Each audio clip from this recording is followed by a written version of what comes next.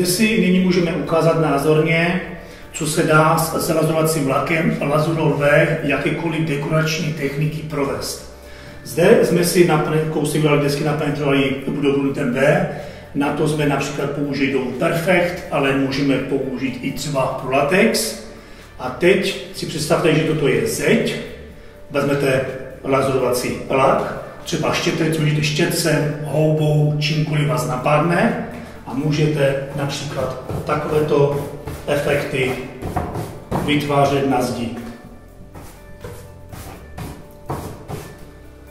Dle vašeho, nebo jak se říká, vaší fantazie, co vás napadne, můžete i kroužit, mít pohyby, jakkoliv. A buď můžete jednobarevně,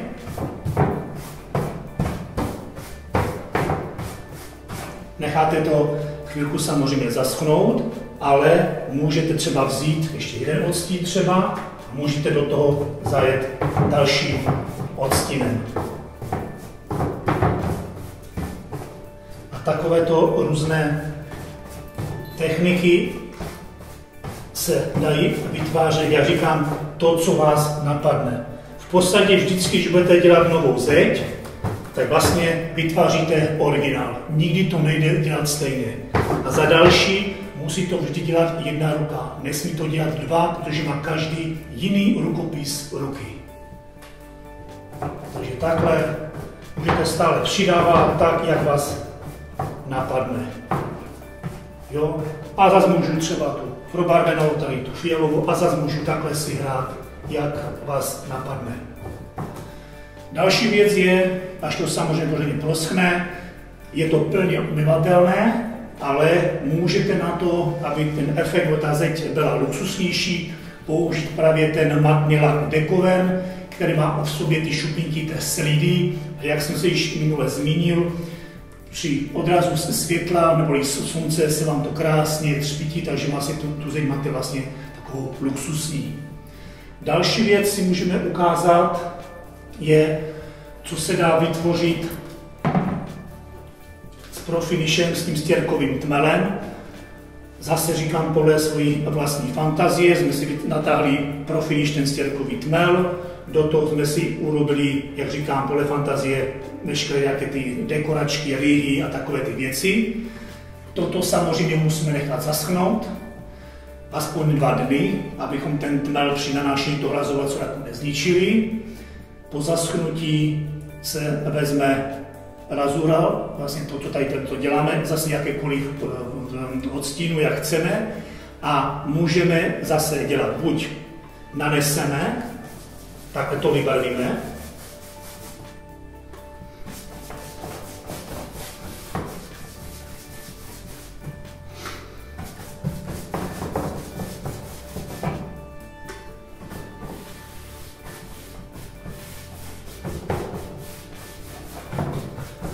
tam libovolně, nemusíte od kraja nebo od středu, na tom nezáleží.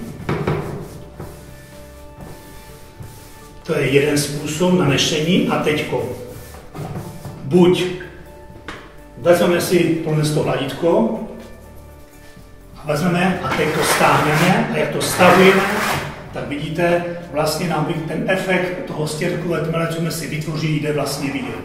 Takže vlastně stavujeme, čím víc stáhneme, tím více to lze vidět. A nebo kdo má strach dělat s takýmto nářadím, můžu udělat ještě jednu věc. Já to znova ještě takhle spravím. Nemusíme to tím hladítkem, ale můžeme houbou zase vymývat. Jo, takže když přitlačím, vidíte, že to zesvětluju. Když by se mi to zdalo, že ten od světle, tak zase toho lazovacího laku vlastně přidám a takhle si hraju zás tak, jak vás vlastně napadne. A takovéto různé techniky lze vytvářet právě s naším materiálem Profinishem, lazurovacím lakem V, a na to zase opět můžeme použít ten Dekoven, ten matný lak s těma šupinkami. Podotýkám a zdůrazňuji, že toto je plně omyvatelné. A zase, jak říkám, každý výtvor vaši, který vytvoříte, je vlastně v podstatě originál. A takhle si můžete různýma barvičkama hrát, jak chcete. Dá se taky třeba, že necháte zaschnout, dát to jeden zase vzát pod snídiny, zase to nechat, jak se říká, naťupat, nebo štětcem namazat, trošku přischnout, stáhnout nebo houbou. S tím si můžete hrát do nekonečna. Takže různé efekty dekorační práce. Nejvíce toto zákazníkům dělám do oplacích místností, kde mají nízký nábytek, černou televizi, tak jim vlastně vytvořím takový vlastně jakoby obraz. Životnost, na to se nedá ani odpovědět, protože když to řeknu, tak vám spíše spadne ten barák, než ta dekorace. A pokud, což čekám, že se mě zeptáte jako každý zákazník, když se mi to třeba nebude líbit, za 3, 5, 10 let, tak se to dá krásně chytnout za rožek špachtlou a to krásně sundáte dolů, takže můžete znovu tapetovat, malovat nebo jinou dekoraci si dělat. Já říkám, s tímto materiálem naším si můžete vyhrát, jak chcete, jak vás napadne. Zde mám pár ukázek svých hotových dekorací, které provádím zákazníkům, nebo vás tento motiv taky může napadnout. To je jeden motiv vlastně na probarvenou omítku. Jak říkám, můžete žlutou barvou probarvit, modrou, šedou, jako vás napadne. Zde máte imitaci stromové kůry, kterou rovněž taky dělám do oplací místnosti, a nebo do předsíně. Když vejdete, vždycky tady nadlouhá plná stěna, ne jak jsou dveře, vytvářím tuto dekoraci. A to už je z toho důvodu, ne, že to je plně omatelné, ale každý má ve zvyku přijít domů, opřet se ruku o zeď, sundávat boty.